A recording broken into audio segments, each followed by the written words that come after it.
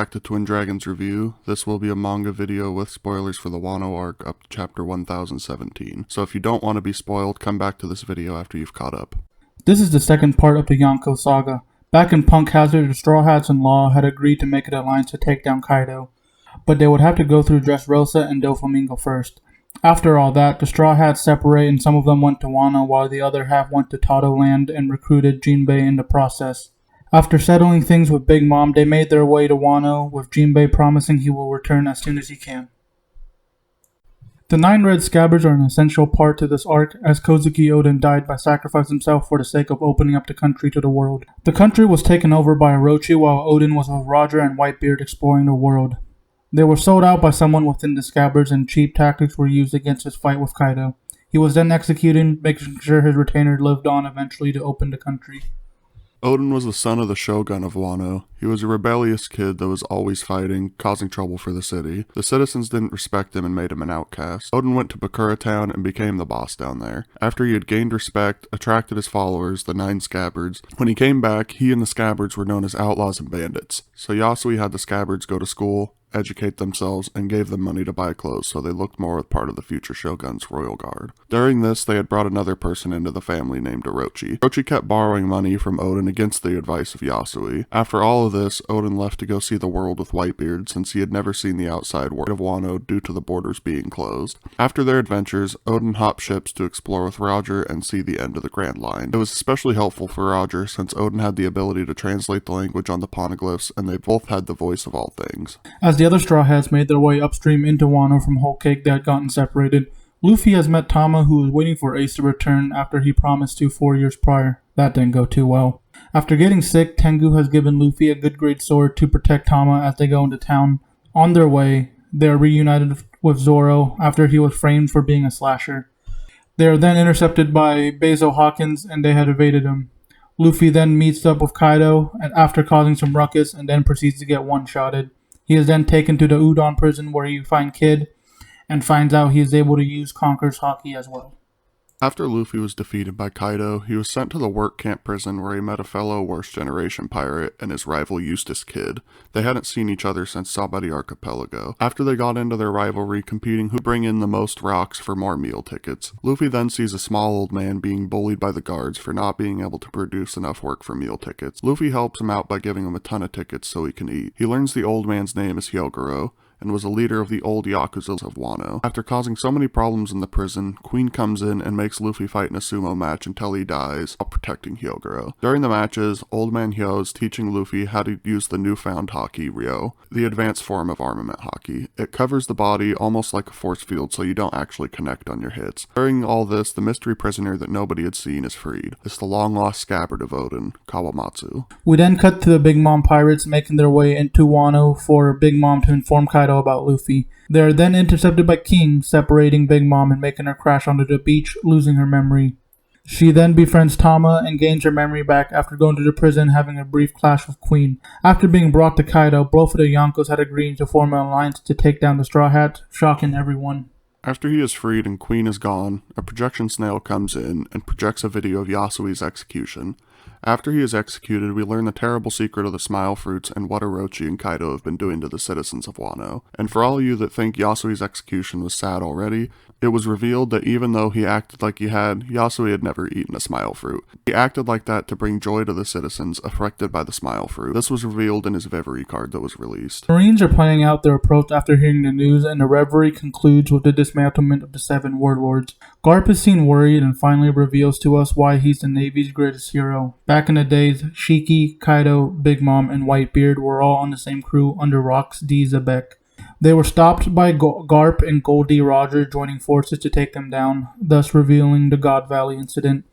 This incident was erased from history, leading to many possible theories that it occurred 38 years prior to the current story. The big theory going around is Golden Lion Shiki being the lurking legend. His true debut in One Piece was Strong World, a non-canon movie. The only issue I had with the movie was the fact that Shiki was defeated by a pre-time skip Luffy. During Whitebeard's dying memories, it was shown that Shiki was part of the old era, confirming he is still alive. If he was to show up in Wano, it would have been the perfect time to do during the raid.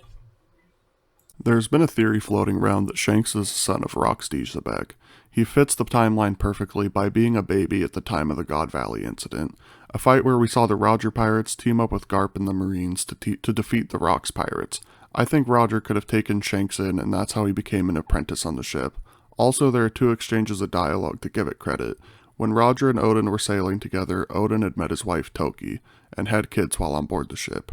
Roger holds Momo and says to Rayleigh that it's been a while since he had held a baby. And another exchange between Roger and Garp after Roger was captured. Roger entrusts his son Ace's safety to Garp, and says to protect him because he knows he will, which implies that they both know a child doesn't deserve to die for the sins of their father, like this had happened before. During another part of Ace's time in Wano, we are introduced to Yamato. Yamato is a girl that proclaims herself to be Odin and wishes to set sail just like he did many years prior. She fights alongside the Straw Hats and is facing off against her father Kaido during the latest chapter. Another exciting thing happening is the arrival of Marco. He will be a huge help in beating King since they can both fight while airborne, and adding another crazy amount of strength to their cause. He will also be a huge help in being able to heal people on the fly, helping Chopper and Law. While all this is going on, Keen and the other scabbards are hatching a plan to attack Onigashima. They realize they need the help of another scabbard who had stayed in Wano during all these years. They met with Ashura Doji and convince him to join their cause and lend his strength.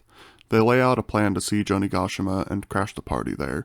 Their plan is foiled by them figuring out which port of the island they were going to land at. On their way, after all this, they find out there is a traitor among them. It was Kanjuro, who revealed that he was secretly a member of the Kurozumi family that was hunted down and killed long ago in Wano. The Kanjuro with them was just a drawing after Keen cut him down. When they think they're going to sink and not make it to the island at all, who comes and saves the day?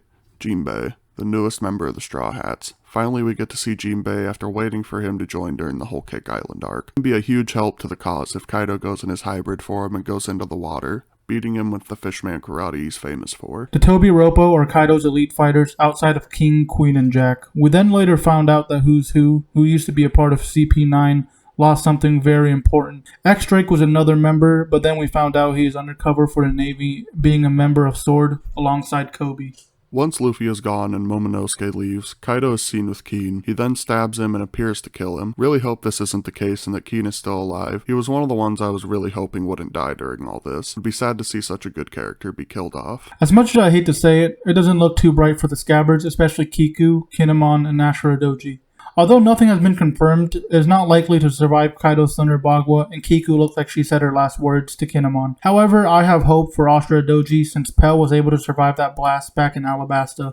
While Big Mom is fighting the Straw Hats, she sees Zeus with Nami and declares him a traitor. After Big Mom kills Zeus with her fruit and takes his soul out, she makes her new homie. We thought that Zeus had disappeared forever, but his soul had made it to Nami's climb attack, giving her a much needed buff.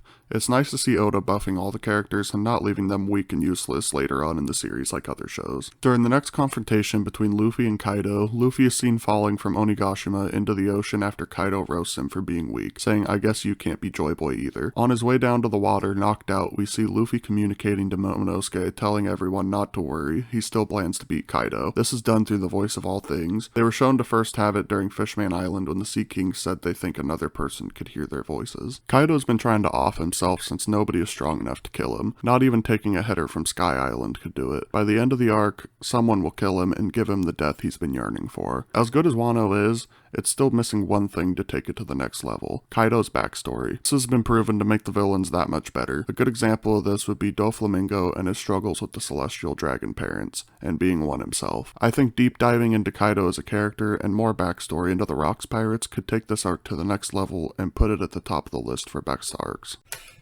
There is hype for a possible Gear 5 for Luffy, but I think we will need more if he plans to take down Kaido. We can definitely expect a new power-up, though, or a better mastery of Color of Conquer. I don't want a random power-up, because that's what turned me away from most shonen series. With Zoro's current state, it's hard to gauge if he'll return to fight this arc. We're blessed to see that he also possessed Conqueror's Haki, which was awesome to say the least. I am not sure if he'll truly master Enma since he is still getting used to it. It seems like it will probably be his new sword for the near future. It would be interesting to see him kill Kaido as it mirrors Ryuma slaying a dragon back in the days.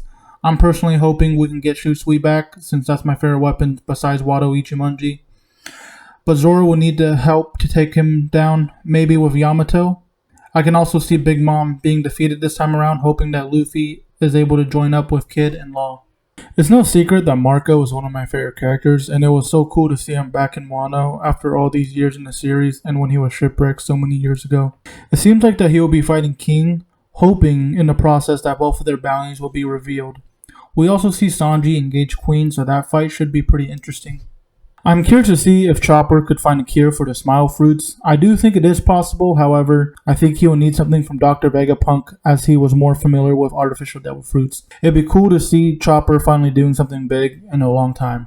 We haven't seen much of Frankie during the raid, so I am unsure who he'll fight. It would make the most sense to me if he were there to help out the other Straw Hats, as he isn't that strong to take on one of the Toby Ropos by himself.